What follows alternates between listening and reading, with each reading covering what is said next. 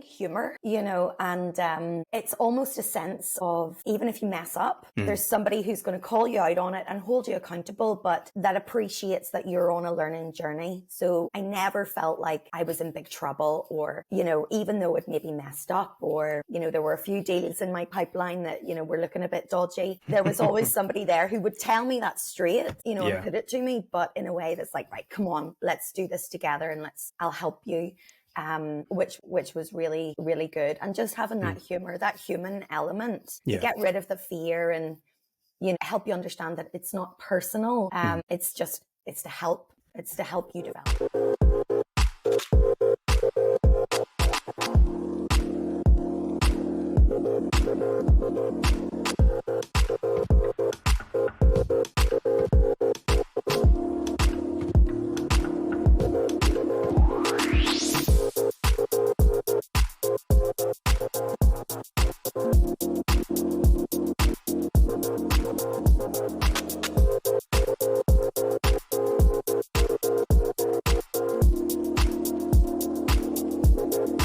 Listeners, watchers, and subscribers, welcome to another chapter, another episode, and another cool story on the SDR Disco Call Show. If this is your first time joining, or you're a returning listener and watcher, what is this show all about? So we love the world of tech sales and startups and businesses and around the profession of sales. And there is an element called sales or business development. So these are the people that are typically reaching out to businesses, trying to introduce their services, book meetings, and hopefully make some great sales.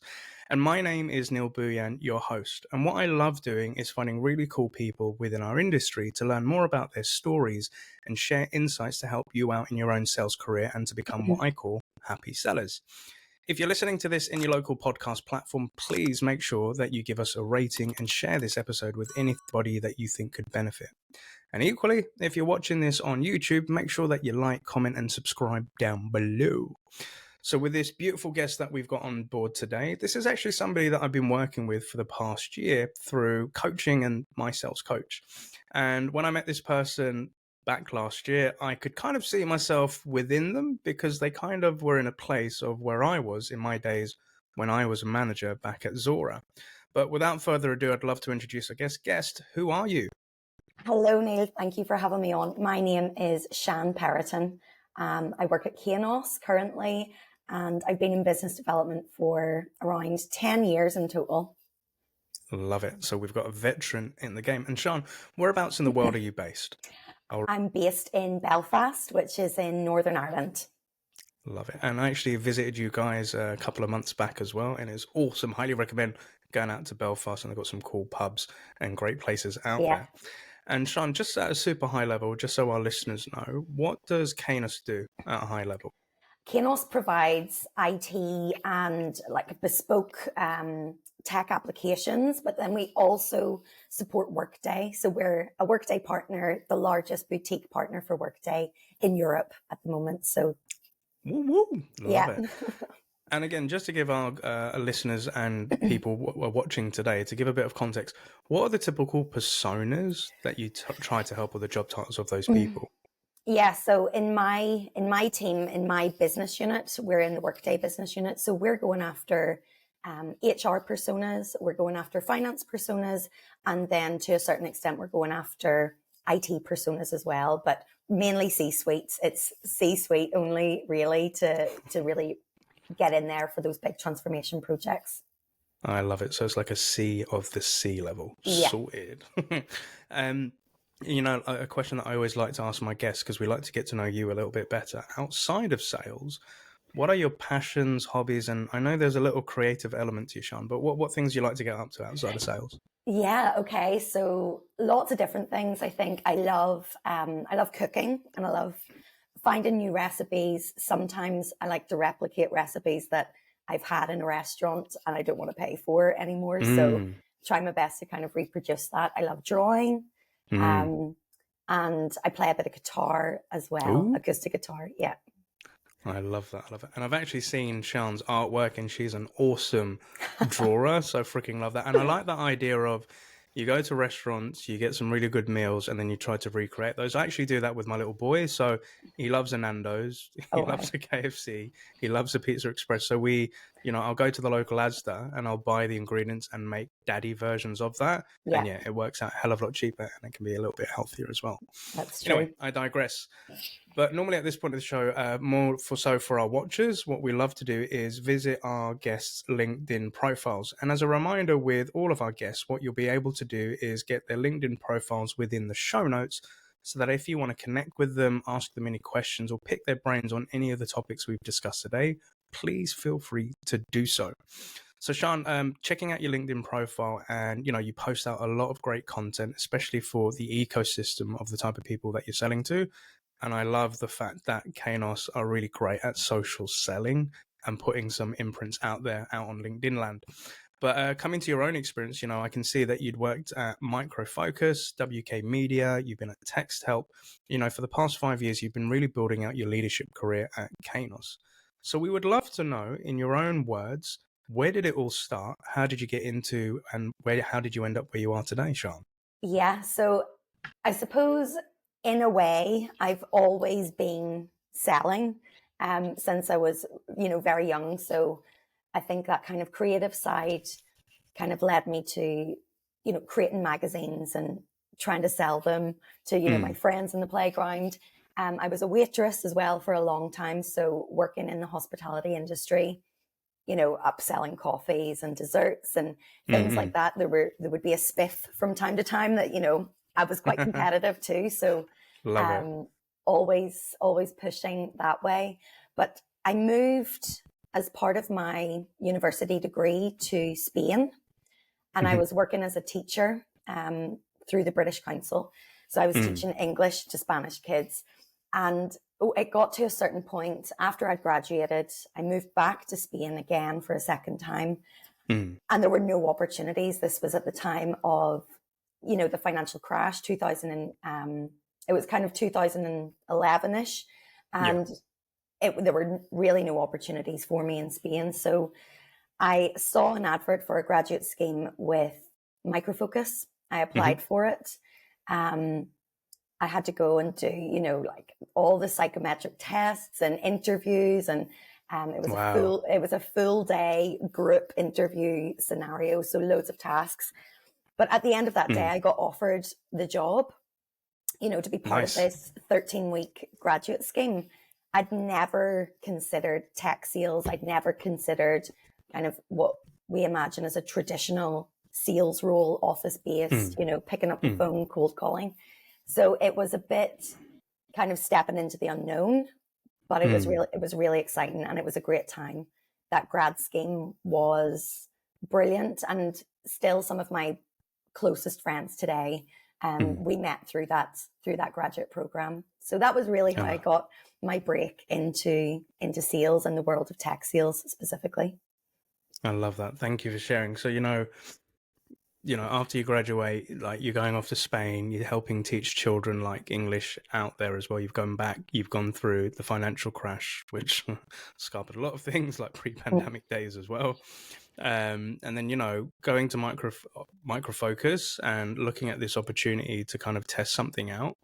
And, that was your taste into sales and, getting the job as well. Like, congrats on that. But I'm also curious to know, like, when you're at the cusp of that, of going into Micro Focus, and experiencing that sales sort of culture for somebody that hadn't been through it before, and teaching was the thing prior to that, what was going through your mind, and how did you perceive all of this?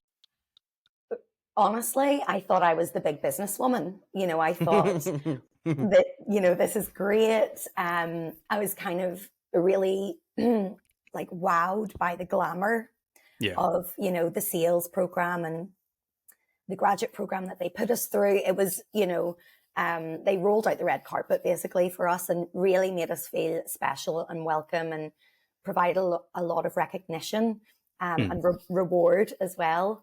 But after we kind of graduated from the graduate scheme and got into the weeds, it was a bit of a shock. It was a bit of, okay, how do I find, who I'm going to sell to?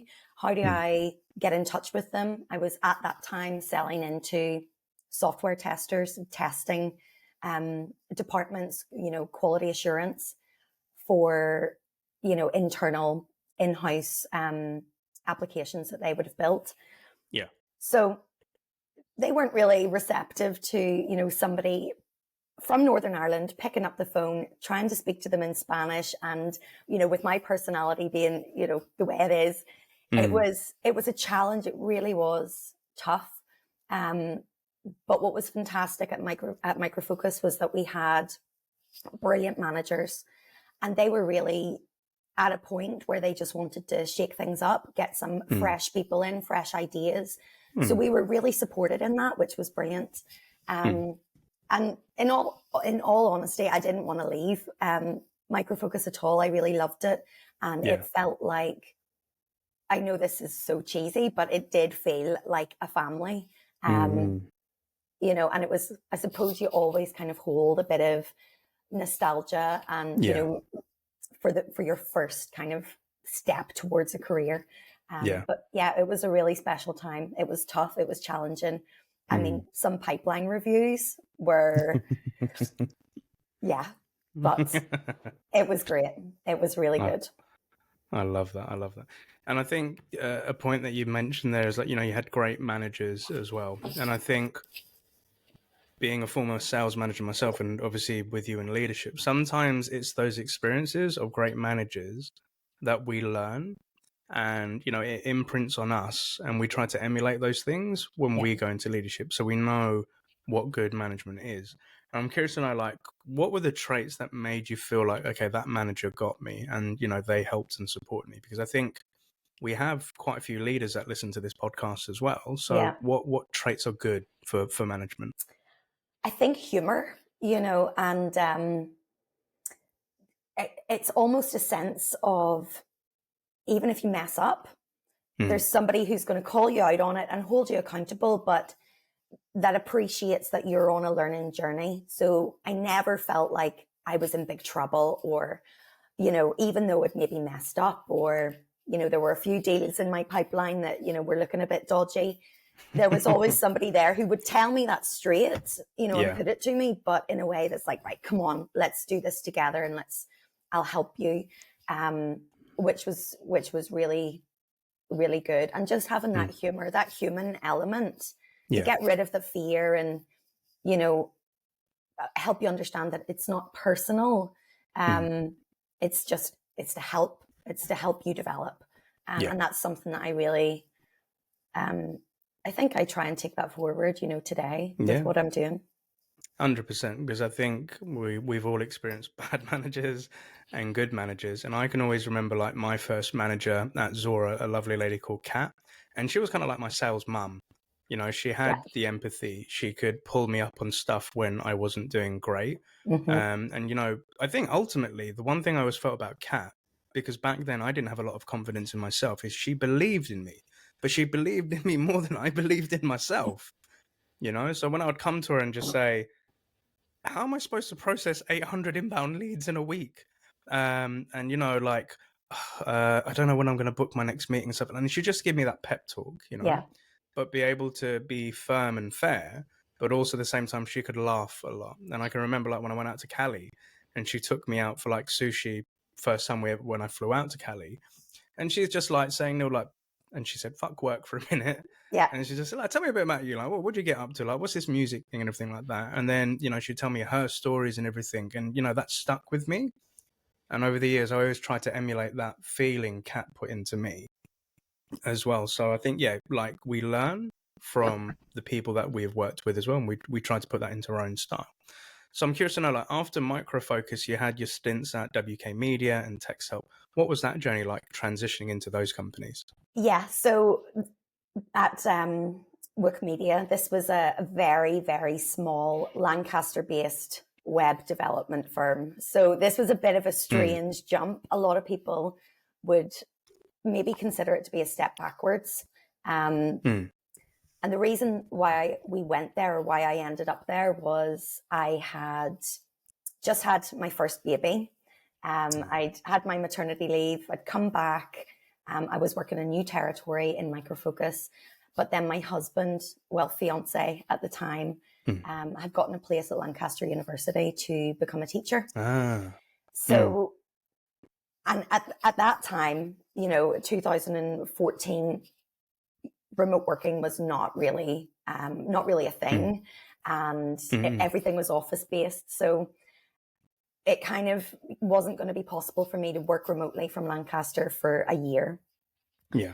And at that point, I was like, really, I have to weigh this up. What's more important? And obviously, it was my family, keeping my family together, supporting my partner in what he wanted to do.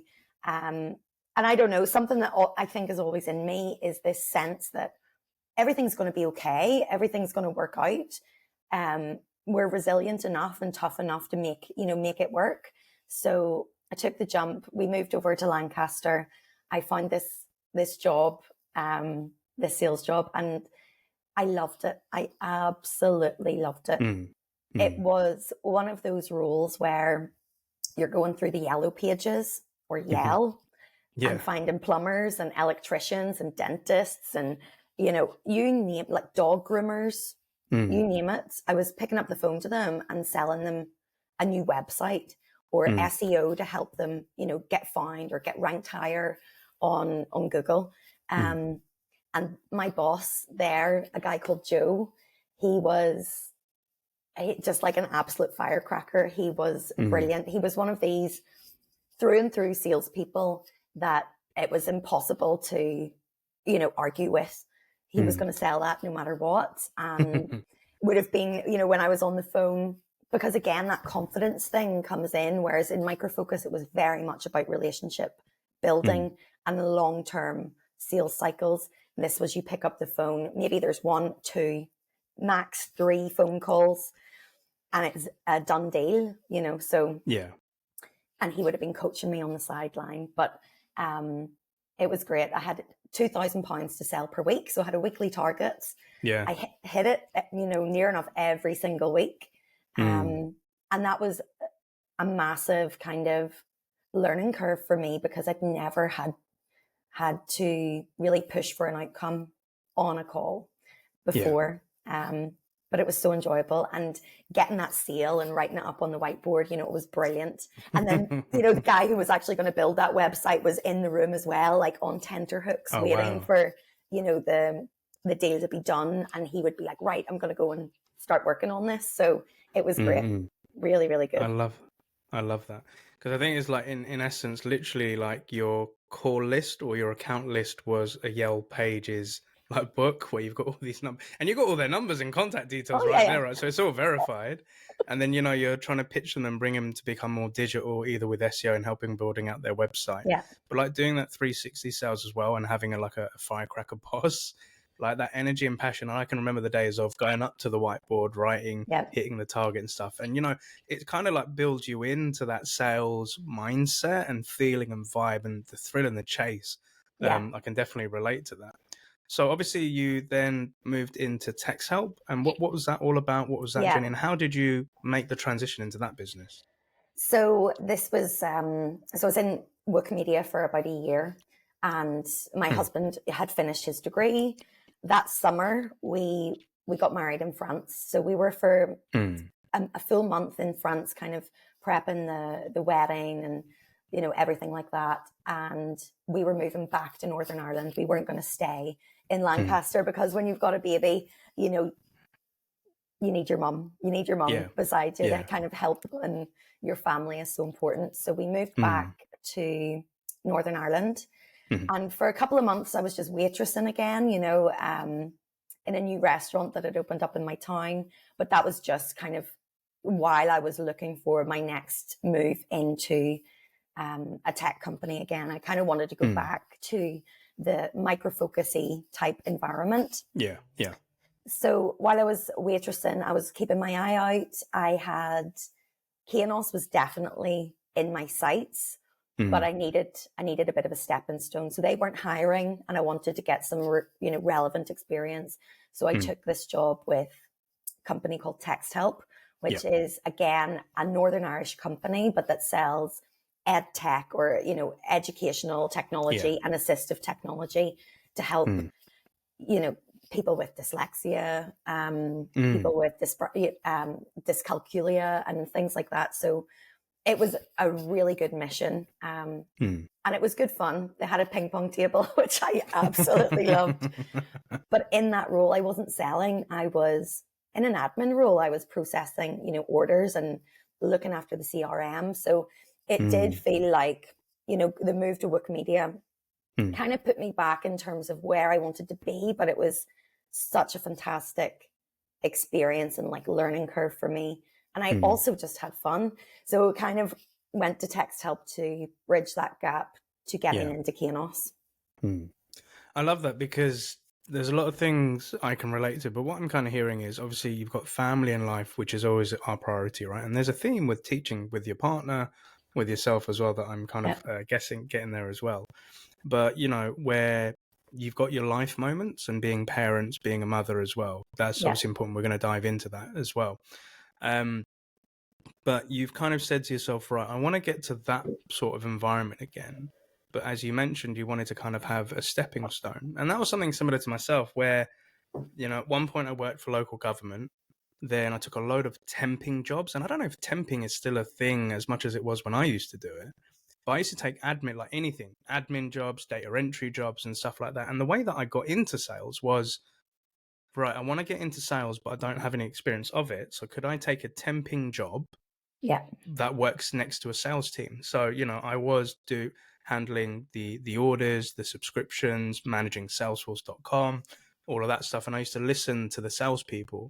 And as people know, history goes, one day I approached the sales director and said, hey, I want to do sales. And, you know, telesales started and all of that. But I like how you were conditioning yourself and getting yourself ready and using stepping stones to get to where you want. Because I think sometimes people think it's a linear thing. They think you just go from point A to point B, but they can be side steps to help you get to where you want to. And as you mentioned, you know, Kainos was on your site and you started off as one of their, you know, biz dev reps. When was it? Back in 2019. So walk me through, okay, so you're moving on from Text Help. You've joined the big boys, which are Kainos in Northern Ireland. What was it like being that rep, and what was that experience like? It was kind of felt a little bit scared for the first time in a long time, because it was a very small team. Kainos is in Northern Ireland. It's one of those names, you know, it's Glassdoor best place to work. It's one of these companies that everybody wants to get into. So just the feeling that I had done it, but now I needed to prove myself was massive. And also it was getting back into the weeds of, you know, what is Workday? How do Kainos actually support? What are the tools that we sell? Why would they care? Really trying to get back into that mindset, because it'd been quite a while since I was thinking that way.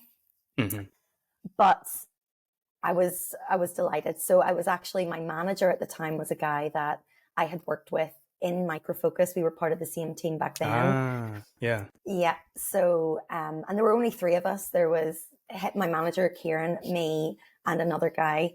And basically we were selling across the world. Our target, you know, so it was a very, very close, very tight knit team. Our director at the time was really supportive. And I kind of felt like there's nothing's off limits here. There's so many things that we can do, we can try, that we can, you know, improve. And I was really successful in that role. I loved that role, and the product that we sold, it felt, after a while, it really came naturally. And as that team grew, then I started to, you know, mentor new joiners and things like that. But yeah, it was, at the beginning, I was a bit like, oh, here we go again. Like every day's a school day. Yeah, 100%. It is indeed. So, you know, coming on to what was relatively like a close knit team, you said like you wanted to kind of prove yourself. You're having to learn everything again, the ecosystem, what's our value proposition, how do we sell this cool stuff, you know, to our customers, etc. And as you mentioned, like the team started growing, and then you started mentoring people and coaching people. So, you know, there's a lot of different career paths people can make when they start that BD role. And, you could either go into 360 closing sales, you could go into pre-sales, you could go into product market, you could go in all these sort of places. But most people I speak to, they just want to go into that closing role. But you're there then taking like a mentoring and coaching role. Does that stem from your teaching background, or kind of what was like the thought process of, what perhaps leadership might be a place, or, helping people? I don't think at the time I felt, or I thought, this is my next step, because I was pregnant, I was going to have my second baby. So my headspace wasn't really, what's my next step, or where am I going next? It just felt right. It felt good. I felt happy if I was able to help somebody, or, if somebody had a question or wanted to run through a discovery call practice or something like that.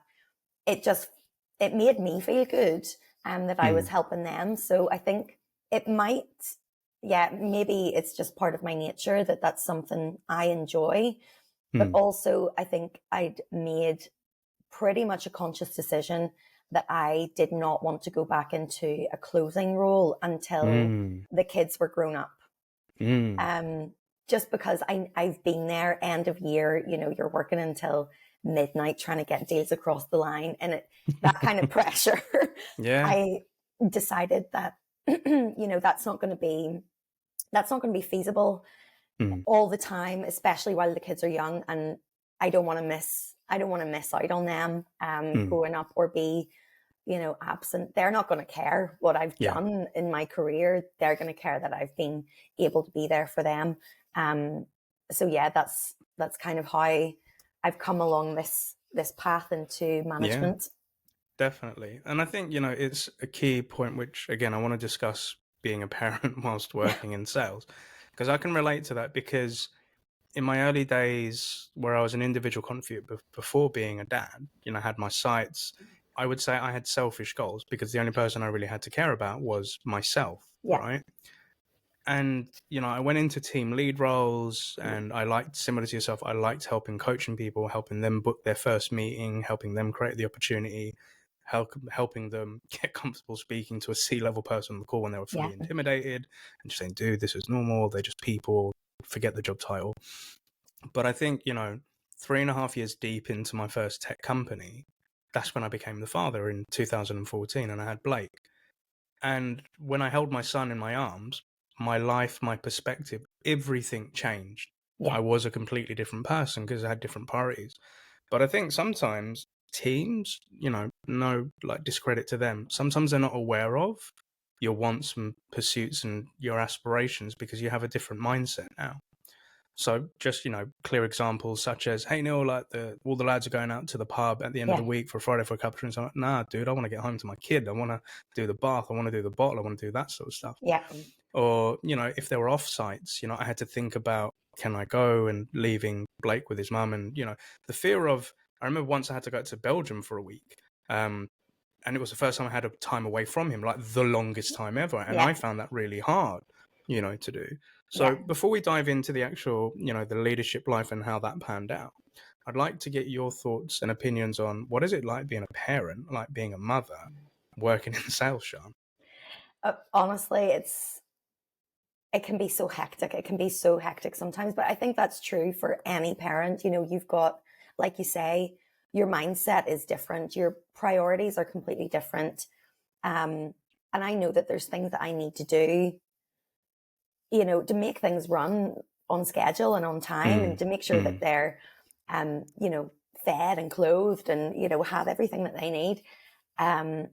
My job, I think, will always come second to them. So kind of balancing that can be tricky sometimes, because I love my job and I love what I do.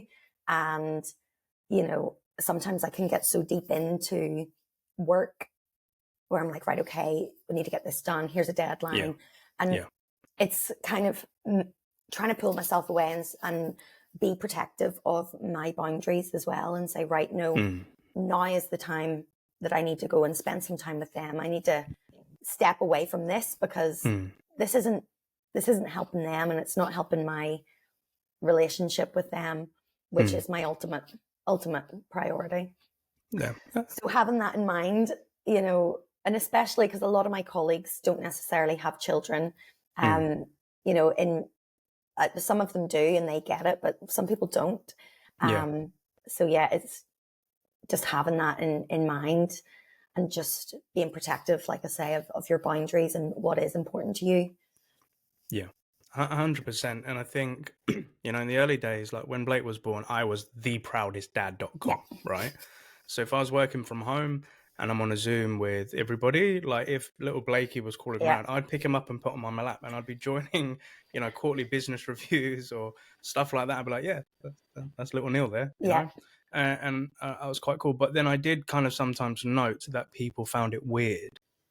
Like, dude, this is a business call. Why are you bringing your kids on? So, you know, I've made a conscious effort over the years when I've done sales calls, discovery coaching. If kids are joining, I'm like, let them join in. You know, they're part of the crew, man. Let's have fun. Let's have a little wave at them. Didn't take it too serious. But, you know, the other things that I noted was it took a while to figure out, but being disconnecting from work and spending the time with your child, because you know, in the early days, I can remember being in my kitchen in South London, like working on the worktop with the laptop. Daddy's doing stuff deals, updating Salesforce. And he would come up and touch my leg and I'd be like, okay, just hold on a minute. I just need to finish off this thing because I've got work tomorrow. Yeah. But, you know, over the years, I'm like, cool, put the laptop down. What is it that you need? What do you want to do? Where are we going to go? You know, getting back to it. And, you know, balancing your personal time and work time. And sometimes companies can demand a hell of a lot of you. Because, you know, a business might be saying like, we're building a business. One day we're going to go IPO. We need all hands up, like roll your sleeves up. We need you. And I'm like, but when you became a parent, I said, well, that isn't my priority. Yeah. I get it. It's your baby, your business. Yeah. But I've got this one little here and, you know, time can never be brought back for that as well. And I think the other thing, and I'd love to get your opinion on this, I think when becoming a parent, in sales and in leadership, sometimes those parenting qualities come out in your leadership, right? And sometimes it might be an unconscious thing, but there have been moments where I've had to say, no, you're not their dad. Like, you know, in the one-to-one where you see the kid trying, you know, and you want to like push them and coach them and push them through. Some people don't like that stuff, you know, but I've been conscious of it, but I'm just curious, like, has that ever happened to you, Sian? It probably has. Yes, it probably has. But something that I've been kind of working on over the past year and a half is mirroring people and trying to flex, you know, my style, because probably one of my flaws is offering unsolicited advice. You know, I've learned so much through trial and error and all of my experience. So I'm very quick to jump and say, oh, no, you know, do it this way. And, you know, or what you need to focus on is this, that, and the other. I've been trying to step away from that and try and mirror and match energy a little bit more. And then a lot more coaching questions, you know, what is going on? How do you feel about that? What are you thinking? How do you think you can overcome? And then also, anytime there's a problem, putting it to the team or a challenge or, you know, whatever, putting it to the team. How are we going to do this? Like, I don't want to be the one to say, right, everybody get your shoes on. We've got to get here for this time and blah, blah, blah, blah, blah in a work scenario. So that's something that I'm kind of consciously catching myself on sometimes because yes, it slips in. It slips in. Of course it does, because you have to be like, right, come on, this is the way. And, get that room tidied and all that kind of stuff. Definitely it creeps in. So it's almost like you have to kind of switch who you are. You do. And I think the unsolicited advice bit is something that really rings true for me. And it's only something I've learned in the last 2 or 3 years and it's kind of where I don't switch off work mode when I'm with friends and family. And for anybody that's wondering, what do we mean by unsolicited advice, is giving your opinion when it's not asked, right? Even though we have the best of intentions with it. And sometimes, you know, friends or family said, no, I'm not one of your sales reps. You don't have to talk to me in this sort of business sort of fashion. I'm just saying, I can't help it because this is what I do for life, right? But through therapy, I was advised, Neil, you give the advice because you're passionate about the topic or the person that you're talking to, and you genuinely want to help. So that's where it's coming from, and that's not a bad thing. But the technique that I kind of learned, and it was more in the one-to-ones that I do with my reps, Sian, where they would tell me their problems, and they expel them, and then I kind of came up with this. I'd be like, do you want me to just listen to this, or would you like my advice or opinion on this? Yeah. And sometimes people say, no, I just want to vent it out and just get it out. But there are other people that are like, yes, I want your advice. And, you know, getting into sales coaching, I freaking love it because people want my opinion and they want my advice. So that's the place for it. But when I'm on calls with my mates and I'm hearing them going through troubles in life and stuff like that, I'm like, And my response is, yeah, that's shit. That's tough. And it's so hard to rein back in wanting to say it until they say, so what do you think, Neil? And I'm like, okay, cool. Now you're giving me the permission to give the advice, right? Yeah. And it's funny, you know, because I hate receiving unsolicited advice. So I don't know why I, you know, jumped to give it out. But yeah, exactly. 100%. So, okay, so we've spoken about parenting within, you know, companies and business. Maybe for people, company owners that are listening, what things do you think they should take in mind for their staff that do have the kids and this family life? And that's really important because I know sometimes businesses make it hard to be a parent. What do you think are the things they should consider?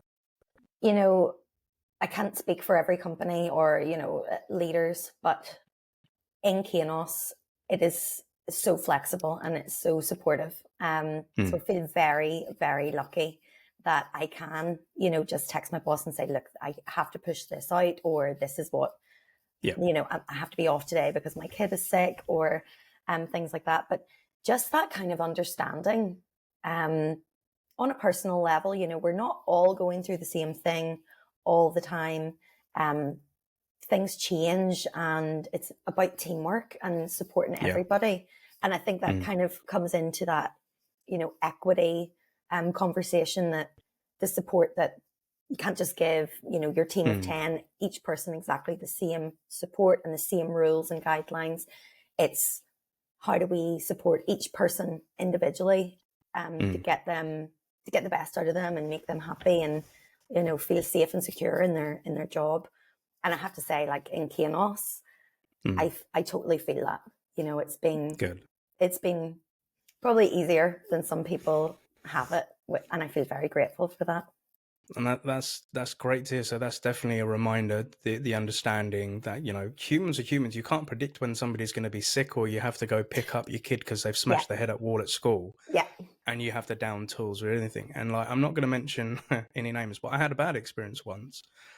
So working within a tech company, had my kid, and, you know, I was on paternity leave for 2 weeks. So as men in the UK, we get 2 weeks off, right? And I remember once I was joining a QBR, and they're talking about the numbers, and there was obviously like a dip in pipeline, and it was summer. So, you know, sometimes seasonality affects pipe and everything. But the comment made by one of the executives was along these lines, that I'm paraphrasing here, is there was a dip in pipeline, and also Neil had to take out 2 weeks because, you know, he had a kid. And I think that's one of the major factors as to why the pipeline dropped. And I just sat there like, so it's my fault because I had a kid that the pipe dropped. And that really got me. So, you know, when I've had team members that firstly tell me, hey, Neil, I'm pregnant or I'm having a kid, I'm like, yeah. And I give them a big hug. And, but I can also sometimes, I know when that conversation is happening, Sian, when somebody says to me, I need to tell you something, then I'm like, it can only be one things. You're either leaving or you're having a kid, right? Yeah. And I make a conscious effort. As soon as they told me we're having a kid, I hugged them. And I'm like, it's such a cool thing. Like, welcome to the club. It's freaking hard, dude, but well done. Yeah. But, you know, I also help them prepare for the time off they're going to have from work. So I get them into the mindset of, right, let's do like a handover sheet, all the things you need covered whilst you're away, because when you come back, I don't want you to just dive in. And I even talk about a plan of helping them transition back into it once they come back from paternity or maternity leave, right? So that's really important and something I've tried to do as a manager. But coming back to yourself and leadership, could you maybe just walk us through what was that transition like into leadership and, you know, like hosting and managing like 5 to 6 like SDRs? What was that journey all about, Sian? It's been a gradual process over the past kind of 2.5 years. So I came back from maternity leave after having my second, back into the same role that I was in, But there was, a couple of changes happening within that team. So a manager had left. There were 3 people that were needing onboarding. They had just joined when he had just left. And so I had kind of stepped in and tried to rally people up a little bit to make sure that everybody had everything that they needed, and also give them a good experience and not a worrying experience, because, when there's changes like that and you're just new in the door, it could be kind of scary. Like, what have I come to? So I was kind of onboarding them and, mentoring them a little bit about the way we were doing things.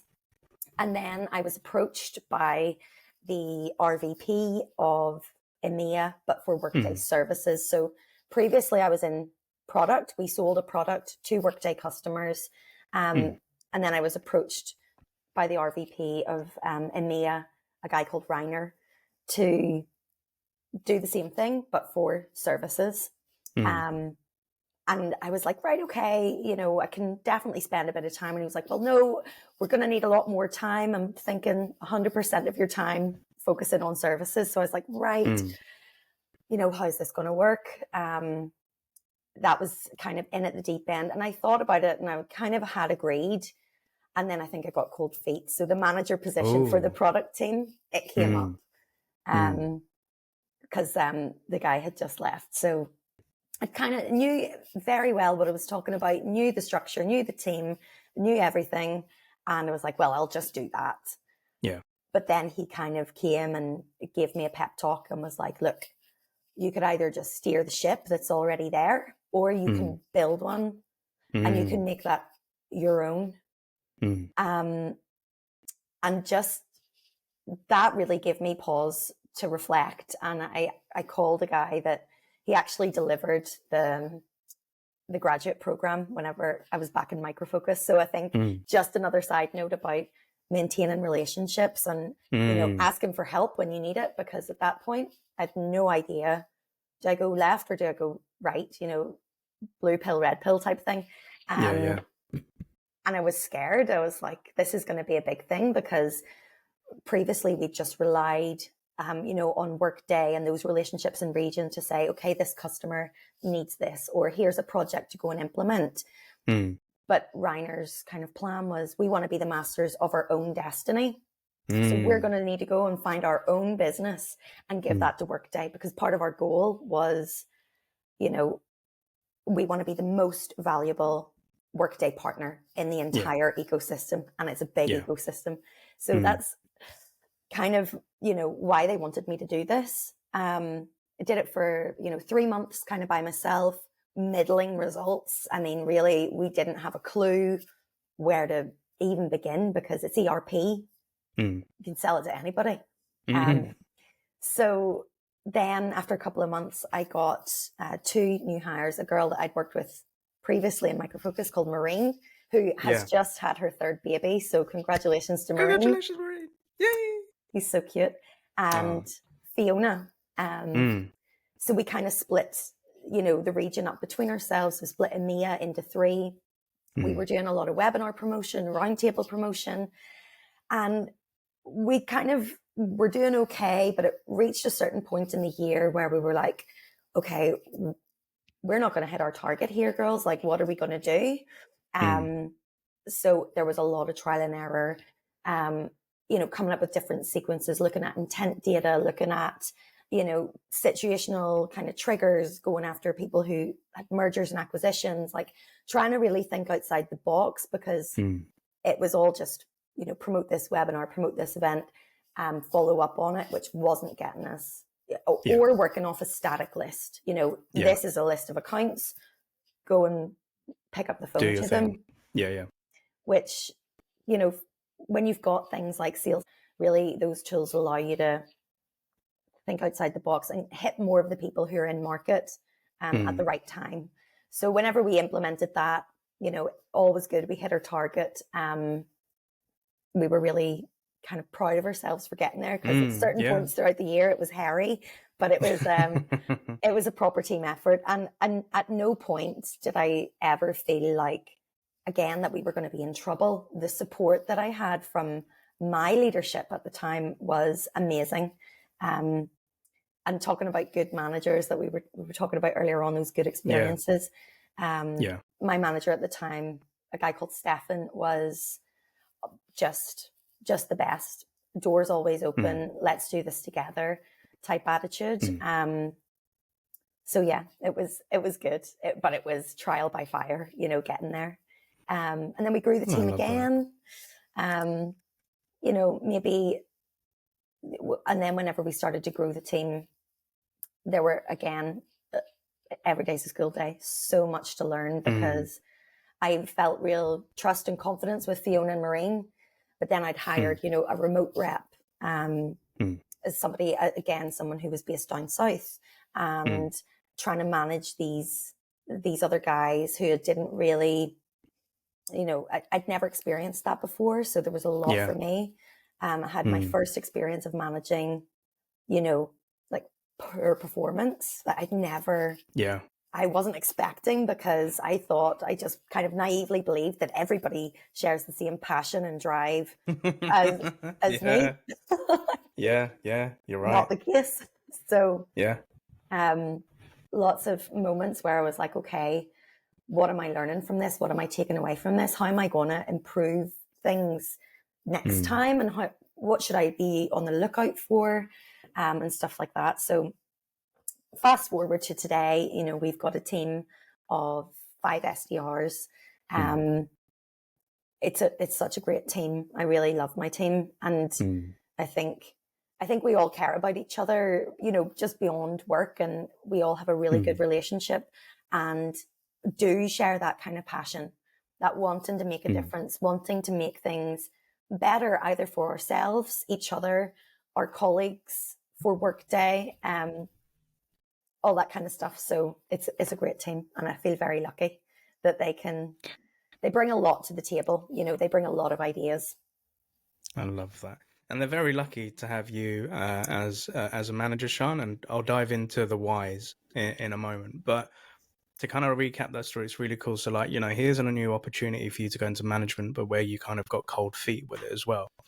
You were able to reach out to people for help, get a bit of a pep talk. And, I love that, where, you can either steer the existing ship, or you can help build a new ship with a new crew behind it and everything like that. And hearing you working with Maureen and Fiona, like working together, testing the market, like trying these accounts and everything, it kind of just makes me think it was like you had like your own mini startup within the business, right? It's a new business unit, and you're kind of 3 co-founders trying to figure out what's the market and going through there. Yeah. And, with a lot of startups that I've worked with, this is typically how it starts. It's maybe 2 or 3 co-founders together. And one will go off into product, one will get into more the tech side of it, or, the customer relationship, and one may be that CEO that leads that team. They're the visionary. And, the things that come with leadership, remembering your point there, where not everybody's like me or has that same want or drive that I may have. And you learn a lot of different personalities, and you're thrown into a lot of different situations, which can make you feel uncomfortable. And, at points you can start questioning yourself. Like, am I the bad manager, or have I done something wrong? Because what you're trying to do as a leader is you're trying to help people grow. But what you have to do is then start studying different types of people, their desires, their wants, their drives, their motivations. And everybody's built up differently. So, I had to learn that not everybody's motivated by money. Nope. Not everybody is motivated by booking the meeting. Some people just love it when the deal closes, or some people love the art of just booking the meeting. That's why I didn't really give a damn too much about the money. I was like, I just want to book the logo that nobody else has got. Yeah. And, building that team, and people come and go. And there are many points where I know I've had difficult hires, and where we've gone through the interview, and I've learned everybody puts on a persona at the interview. They give the best version of themselves. And then when you're like 3 months into the job and we're nearing probation, like, oh my God, like this, like I didn't think they were this type of person. Yeah. And sometimes you have to have very hard, conversations. But, and, I've had many times in my career where I've almost burnt out because I've cared too much. Yeah. I've had times when I've been on tears at my desk thinking like, how am I going to do this? Like, I'm a shit manager. and all of these things. But I think the key thing is the asking for the help piece. Yeah. Because I think sometimes when we're filling into these big shoes, we may have this sense of we have to be perfect and we have to get everything right. But it's not the case. Yeah. We learn and we get burnt as we go along. But the point where I was saying to the audience here is like why they're a great team, and they're very lucky to have you. And the reason I say that is because for the past year, we've worked together where I've been your sales coach. Yeah. And, I can remember our first call. So obviously I got sent the notes as to your profile, what you're looking for help and everything like that. And again, I'm not going to dive into details because that's private. But just, I remember saying to my sales coach team, I said, she reminds me of me when I started out as Zora. And I remember I was so excited to get onto our call because I was just like, I really want to help this person. And when you came to me with your ideas, your needs and wants, and, there's been some good times and there've been some hard times with it as well. But it was just nice and refreshing to speak to somebody that was open to help and wanted to help, but also came with their own ideas, really cared about the team, and, ultimately just wanted to test things out. Yeah. And, the months as we've caught up, I'm just hearing, okay, you're doing this, you're doing that, great things are happening, you're thinking big, you're being bold, all the things that Kainos is built for, right? Yeah.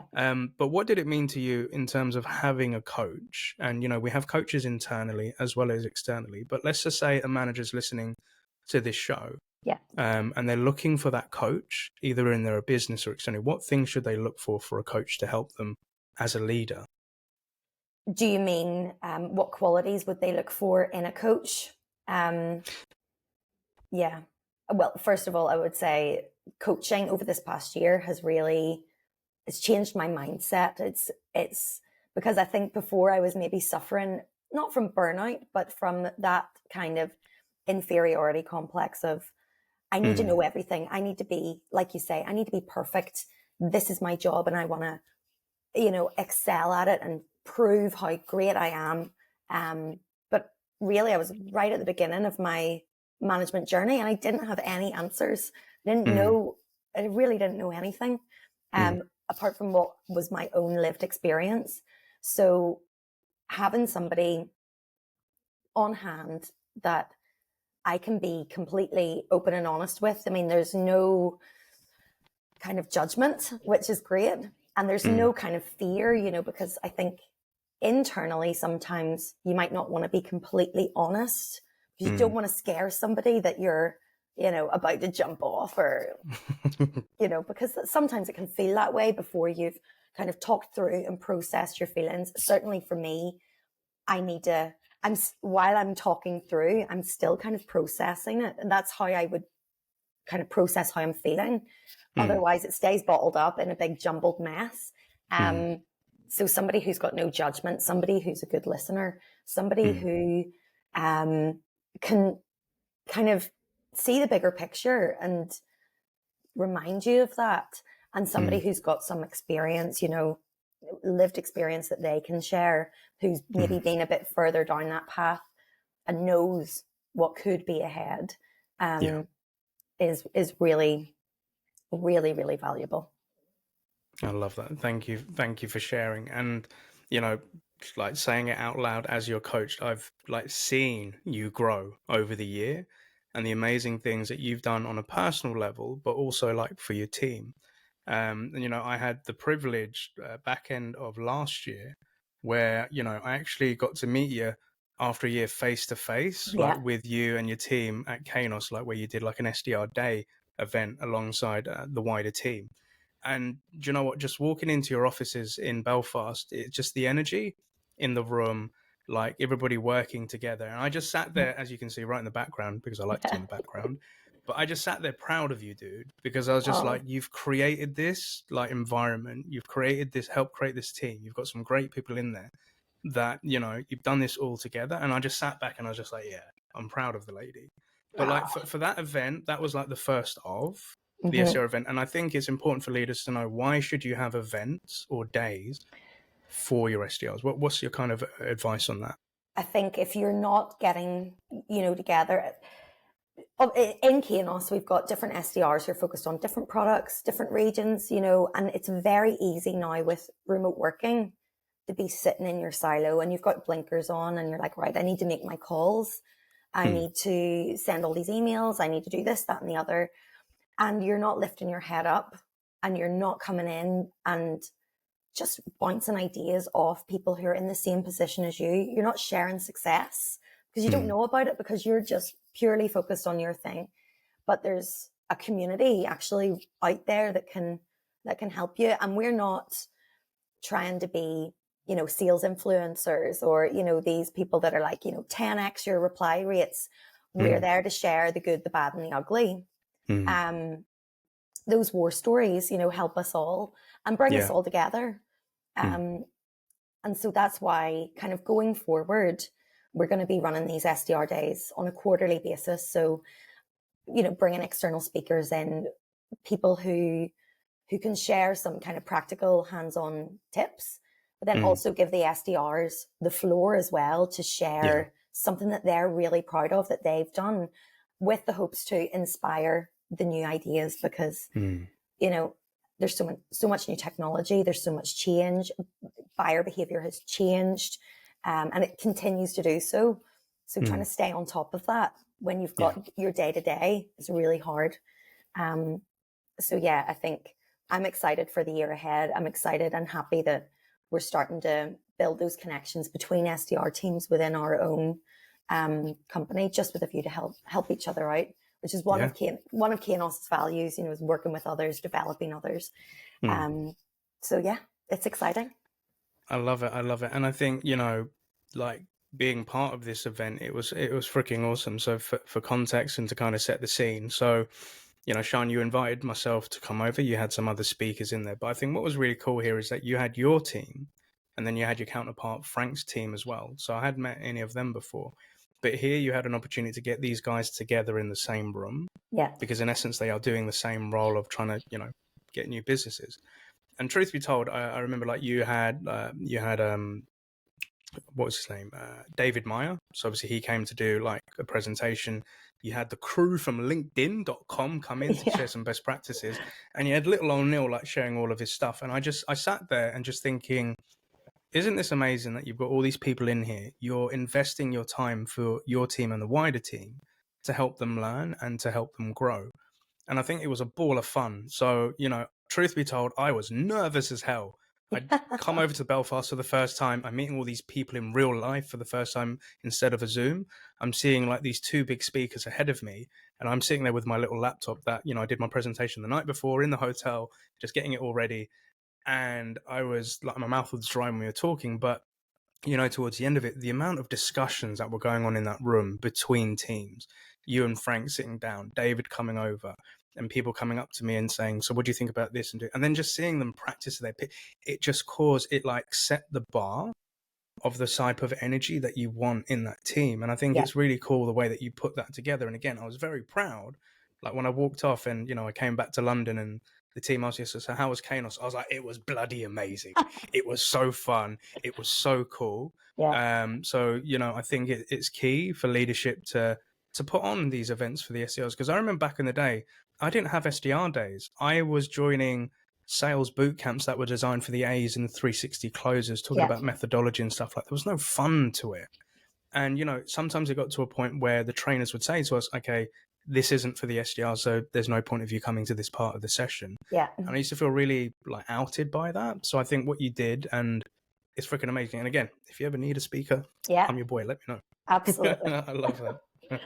So look, this has been an absolute awesome discussion. I'm so glad that you've come on the show today, Sian. But the question that I like to ask all of my guests. So imagine you're going way back in the day where you're thinking about, okay, where should I go? How should I start this career? You know, I've got kids on the way, traveling and all of that. What 3 bits of advice would you have loved to give that Sian, that younger Sian who's just about to embark on that journey? Yeah, well, I would tell her, be patient. It's definitely one thing.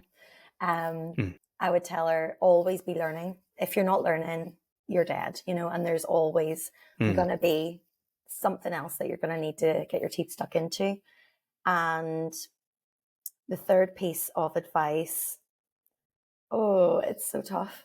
everything's going to be okay. Everything's going to be okay. Going to be fine. Yeah. It's all going to be all right. And I love that. So that's all true advice. And I think one bit that I'd like to add on to that, if that's all right, is the best way to learn is to teach. Because when you learn something for the first time and then you start teaching others how to do it, that's how you learn it over time, and it imprints within your mind. So, teaching is great. And that's kind of like what we've been doing, right, for like the last year or so. Well, anyway, I wanted to say a massive thank you to our listeners, watchers, and subscribers for joining us on Sian's story today. So again, if you're listening to this in your local podcast platform, please make sure that you give a rating and share this with anybody that you think could benefit from Sian's story today. And if you're watching this on our YouTube channel, make sure that you like, comment, and subscribe. And write down below, are there any thoughts of what did you think about this episode? Do you have any similar experiences to what Sian has gone through? Or do you have any questions? And also, her LinkedIn profile will be in the show notes if you want to connect with Sian and find out more or pick a brain. And also to say Sian is always hiring. Yep. So, if you want Sian as a manager and you're based out in NI, then by all means, let her know.